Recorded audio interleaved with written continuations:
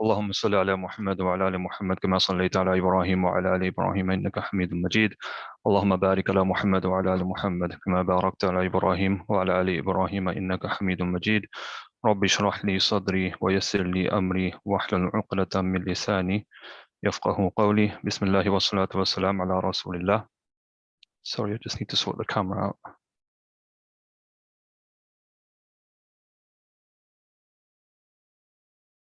Okay, we'll start the lesson.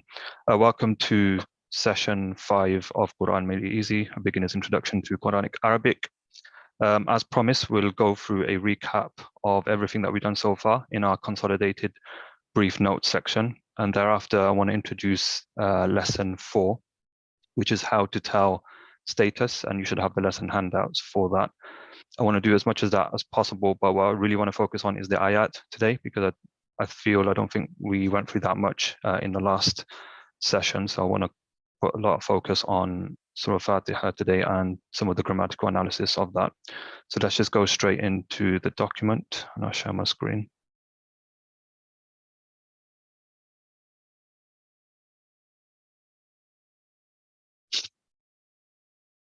Okay, so clean slate again. And this time we're going to do a mind map. And I'm going to be a little bit more brief than last time. So instead of writing 3 words in Arabic, I'll just write the big 3. Oops, sorry.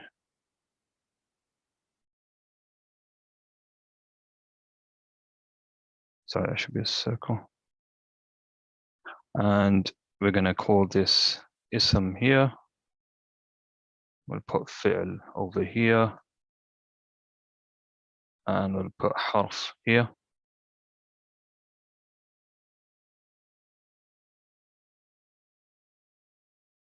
And we're going to just give examples of harf, of, with, to, for, etc. So these are words that make no sense unless there's another word after it. You should know that. Fi'l is a word that is stuck in tense. So let's think of a different word to last time. He taught. Another example, he tried.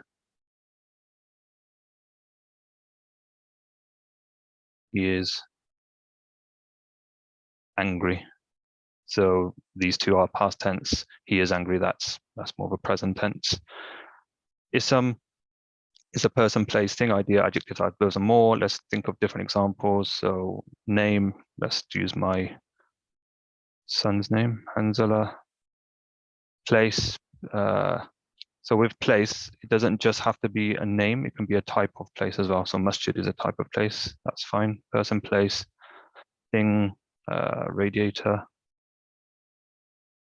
idea, the idea of education. Adjectives, let's say thin. Adverbs, happily, and more. We won't get into the more category. Okay, so after looking at the different types of isms, we then know that there are 4 components of each ism. So any ism word has 4 components, and it's status, number, gender, and type. I'll just abbreviate it. Status, number, gender, and type. And then we focused in on status because there are 3 types of status: rafa', nasab,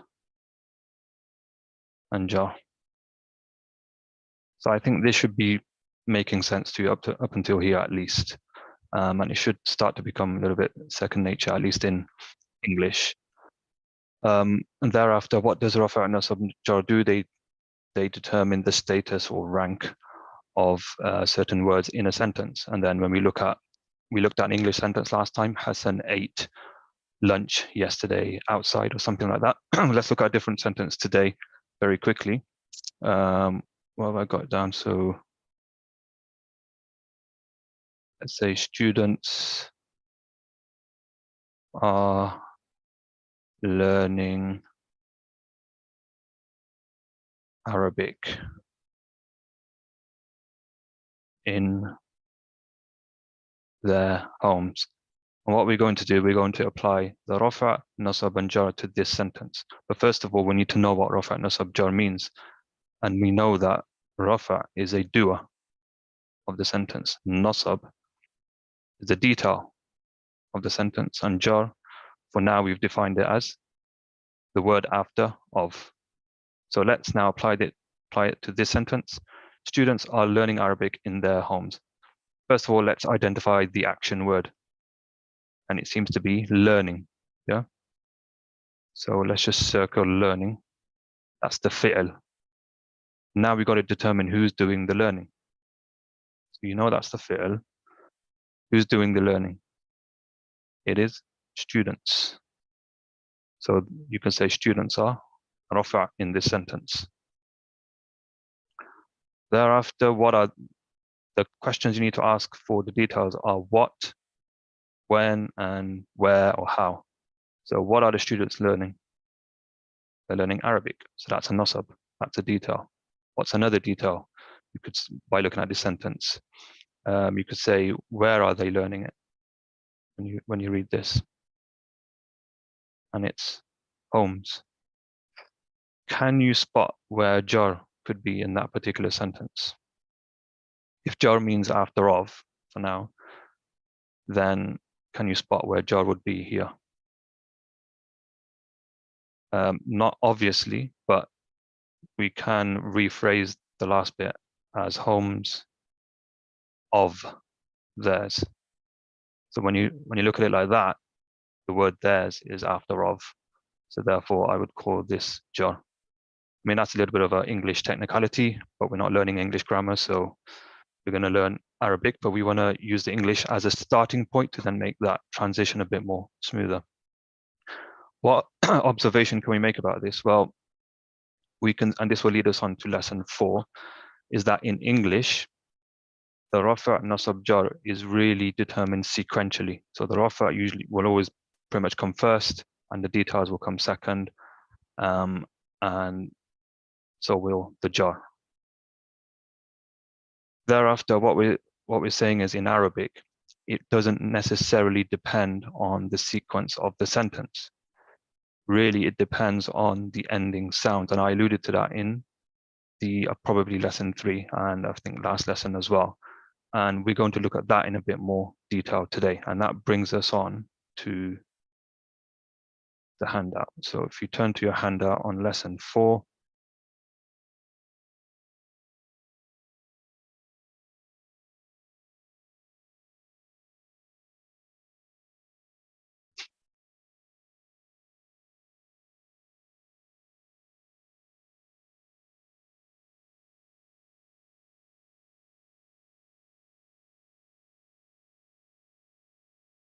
okay.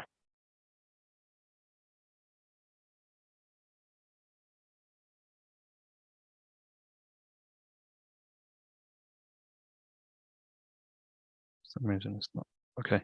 How to tell a status.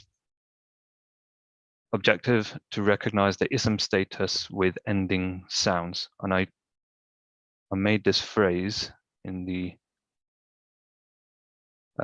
last couple of lessons, ending sounds. And it might have confused some people because we didn't have any notes on it. I would say, look, the challenge of a teacher is sometimes there's overlapping concepts. So when you're talking about one concept, I've got a decision to make in terms of, do I reveal the overlapping concept that's to come in the near future then, or do I just wait until we get to that point?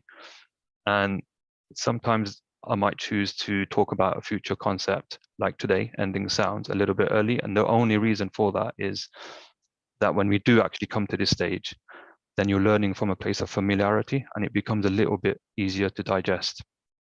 And I'm also aware that sometimes new concepts can overwhelm people and it could get a little bit daunting. So it's a balancing act. So it's just a case of having the right balance in mind. So I have alluded to this concept before a couple of lessons ago, and it might have seemed confusing. Hopefully we can clarify it today. So what we're trying to say is that in Arabic, we're going to recognize the rafa, nasab, and jar very clearly by looking at the ending sound of each letter. And we're going to first look at the explanation.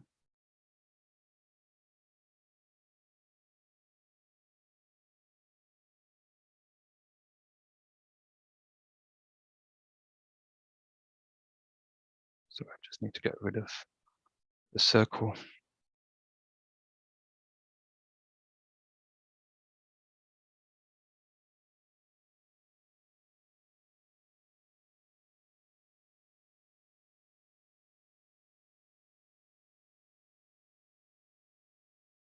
Okay, so in English, we can recognize the dua by the sequence of words. We've just said that.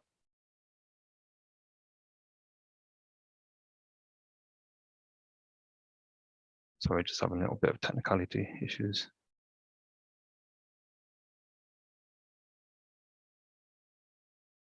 So in example, in English, Bob helped Joe, then Bob is clearly the doer. Joe helped Bob, then Joe is the doer.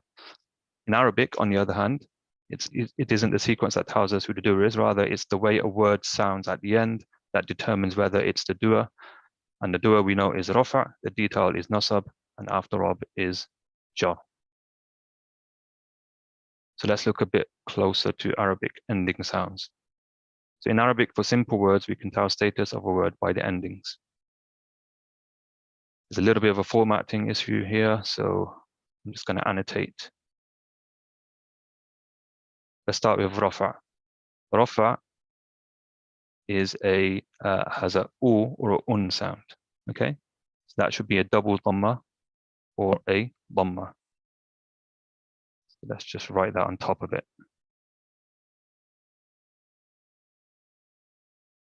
So it's difficult to write in this. That should be a double dhamma.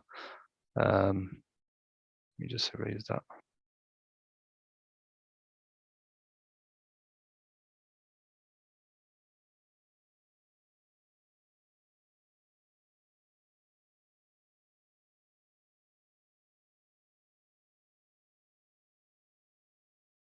Okay.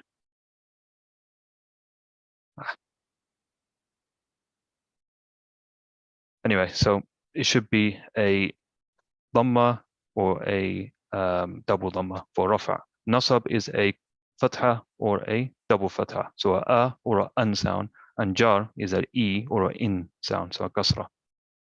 For South Asian, if anyone's South Asian watching, they usually use the terms zabar, zir, or bish. So zabar is a fatha, zir is a kasra, and bish is a dhamma. Okay. So rafa is a u sound or a un, nasab is a or an, jar is e or in. Hope that's clear.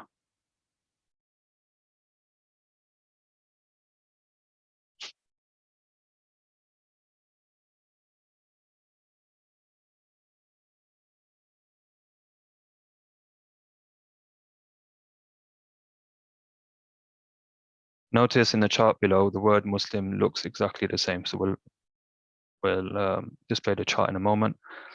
Muslim looks exactly the same in English, but in Arabic, the word Muslim has different ending, un, an, or in. Yeah, so in English, Muslim, you wouldn't say, I am a Muslim, mu. You wouldn't say that in English, but in Arabic, it is quite essential that the ending sounds is identified. More like Muslimun, Musliman, or Muslimin. Muslimun is a rafa status because it's un sound at the end. Muslimu also has a u sound, so that's still a rafa. And then you have Musliman or Muslima, that's a nasab because it has an an or a. And then you have Muslimin or Muslimi, which is jar because it has a kasra. So let's start with the Muslim chart. Look at the first example on the right, a Muslim traveled. A Muslim traveled. So let's think, what's the rafa, the doer in that sentence? Well, the action word is traveled. So who's doing the traveling? A Muslim. Therefore, a Muslim is a doer. So in Arabic, that would be Muslimun. Muslimun. Or you could say Muslimu. The key thing is the ending sound, the sound or the sound, which determines, you can easily recognize in Arabic that it will be a rafa.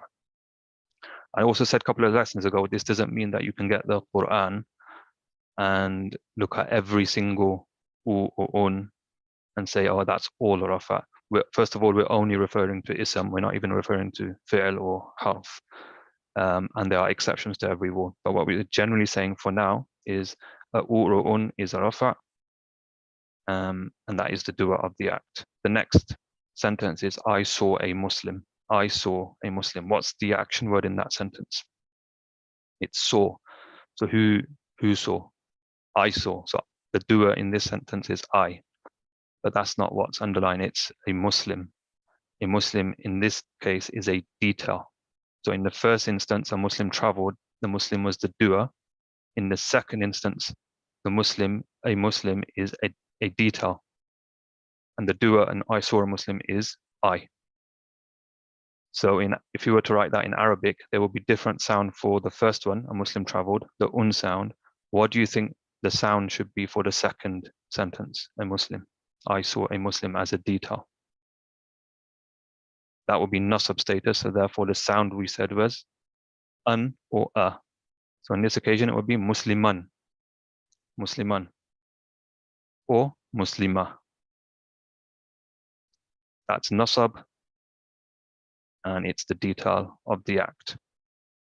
So in English, the word Muslim is the same, but in Arabic, there's a slight difference. A Muslimu will be the doer, a Muslima is the detail. And then finally, a religion of a Muslim is Islam. Religion of a Muslim is Islam. We define jar as after of. Which word is after of in that particular sentence? It's a Muslim. A Muslim. So therefore, Muslim in this sentence in English is jar. But the way you recognize that in English is because it's after of. The way you recognize that in Arabic is because it has a E or an in sound. So in this case, it's Muslimin or Muslimi, and it's jar after of. An example, I've used this example before a couple of lessons ago. وَقَتَلَ دَاوُودُ جَالُوتَ. قَتَلَ means killed. So now we want to see who did the killing. Dawood, Dawudu. How do we know Dawood did the killing? Because it has a U sound. Just like a Muslim traveled, Muslimun has an U sound. In this case, Dawudu has an U sound. Therefore, Dawood is the doer. We know Dawood killed someone. So who did he kill? Jaluta. Jaluta. Because it has a at the end, because it's a detail. And the sequence of this sentence is in a different order to the English, because in English it would be Dawood killed Jalut. In this case, it's killed Dawood Jalut. And that makes perfect sense in Arabic because you got the ending sounds to know who's doing the killing and who got killed. Whereas in English, it wouldn't make sense. You wouldn't say killed Dawood Jalut. It just wouldn't make sense. I think it's a good time to go to the ayat. Rather than do the exercise, we can do the exercise maybe next time. So in the last 10 minutes, let's just go straight to Fatiha.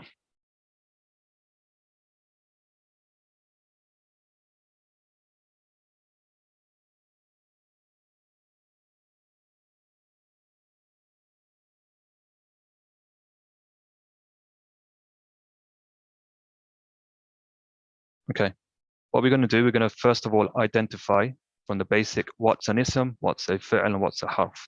So let's look at the first word, alhamdu. Alhamdu. The first thing is you want to try and find the fi'l, but there's no way of finding the fi'l if you don't know the meaning. So the meaning is all praise is due to Allah, Lord of the worlds. There's actually no fi'ls in this ayat. Alhamdu. I've also said in the past that a quick hack for knowing it's an ism is that if it has an al in front of the word.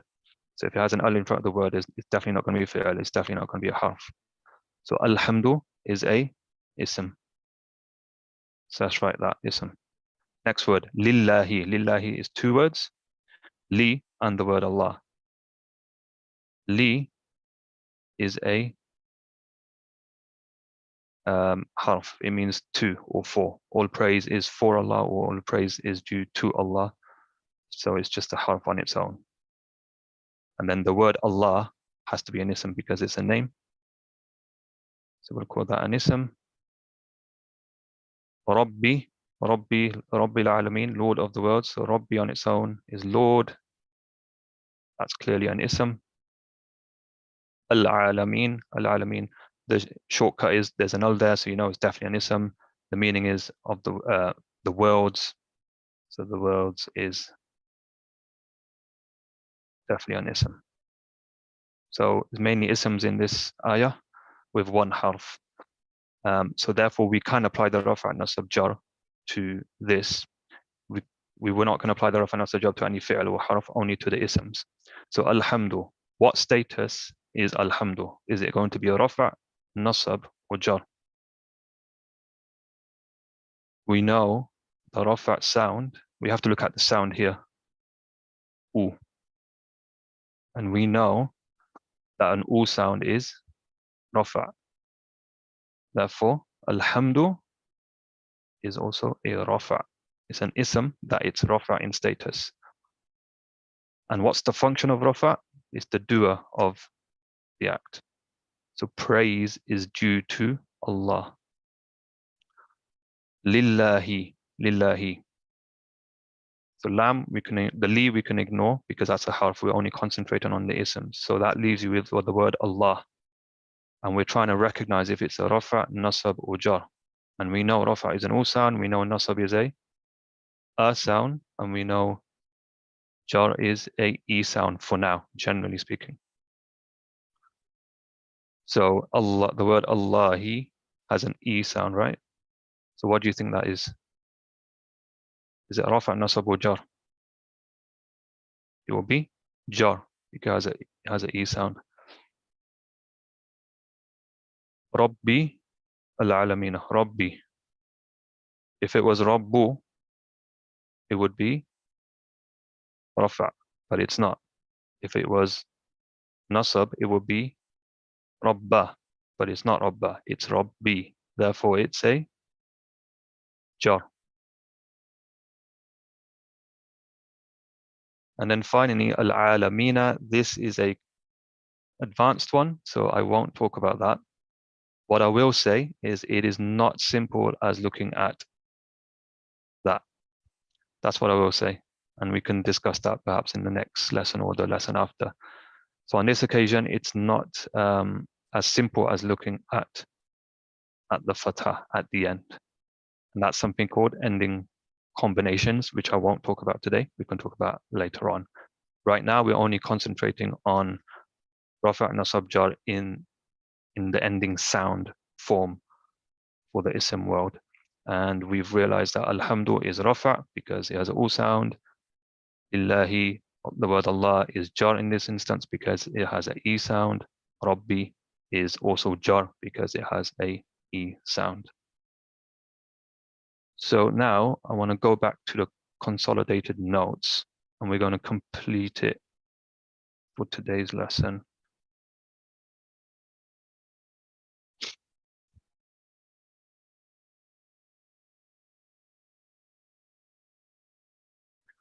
So let's just write R and J, rafa' nasab jar. And I'm going to put an un sound here, or it could be just a u sound. And I'm going to put a double fatha here, or it could be a single fatha. And I'm going to put a kasra here, or it could be a double kasra. Un, an, in, or u, e. Is there any way you can think of that? You can remind yourself of that. One way my Ustad taught us students of remembering this is he put an acronym together, which stuck in my head until today. And he put Ru, Na, Ji. And it was funny for me because I actually know someone called Runa, and it just stuck in my head because the R signifies the rafa and he has an u sound. The N signifies the nasab and it has an a sound, and the J is the jar and it has an e sound. runaji. And that's a nice little way to remember it if you like, or you can think of your own technique to remember it. Runaji. This is only for ending sounds. So hopefully now when I mention ending sounds, this becomes clear. And remember, this is only in the ism category. We're not touching on the fi'l category or the harf. It doesn't mean if you see an u, e in the fi'l as a fi'l word that you can apply it to rafa, nasab, and jar. That's not necessarily the case. Okay, let's look at another ayah.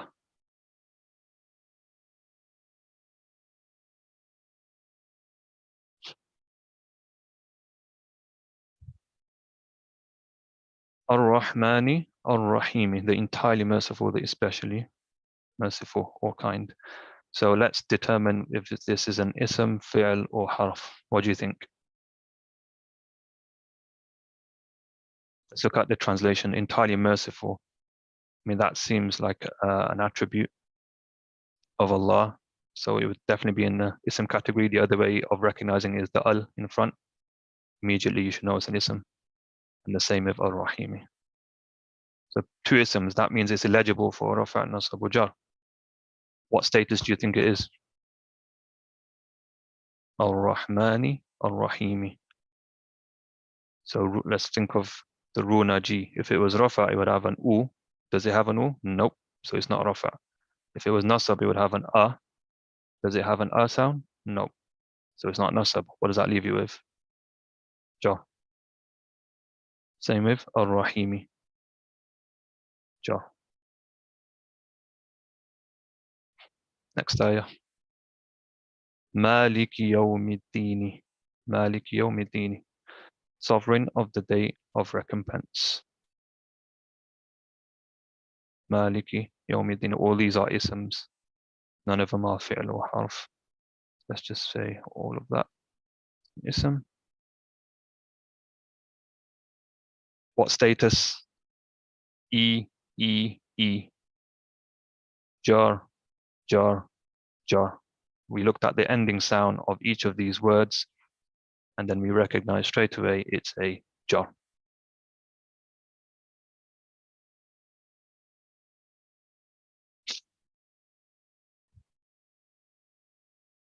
Iyyaka na'budu. Okay.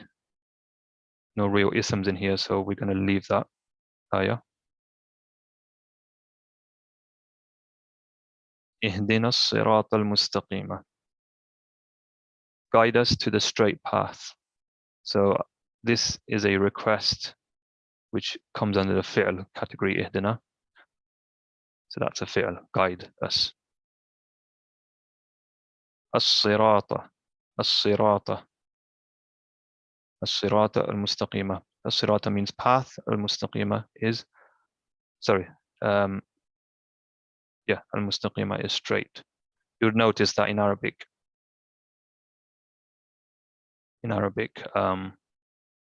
the adjectives come after the noun as opposed to the other way around. In English is the noun comes first and then the adjective.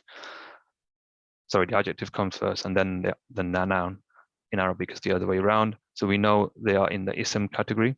As-sirata al-mustaqima. We look at the ending sound and it's an sound and an sound again. So what status do you think they are? Is it rafa', nasab, or jar? Let's write the acronym down. Ru, na, ji. Is it a u sound? Nope. So it's not rafa'. Is it a sound? Yes.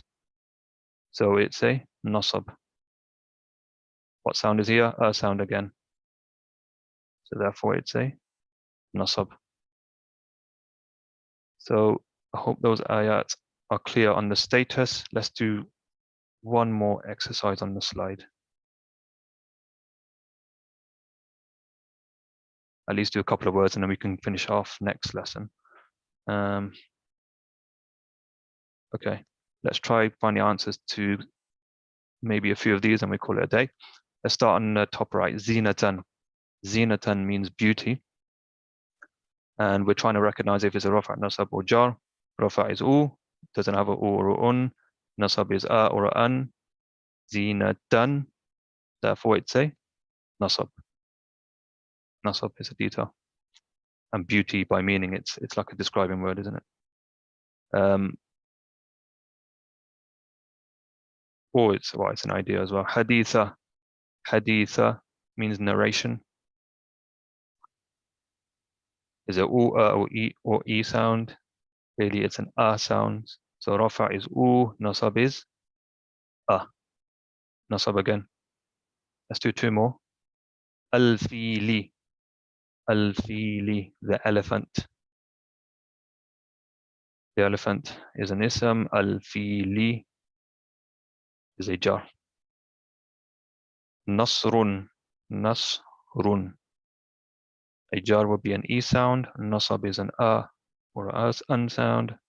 And rafa is un or u. So nasrun, it's the un sound, therefore it's a rafa. Let's just do one more actually. Naron. Naron. What do you think it is? Is it u, or e sound? It's an un sound, so therefore it's a detail. It's a nasab. So I think we'll leave it there for today. And then we'll carry on this exercise in the next session. And then we're also going to look at something called ending combinations. But I won't bore you with that just yet. So we'll leave it there. بارك الله لي ولكم في القرآن الحكيم ونفعني وإياكم بالآيات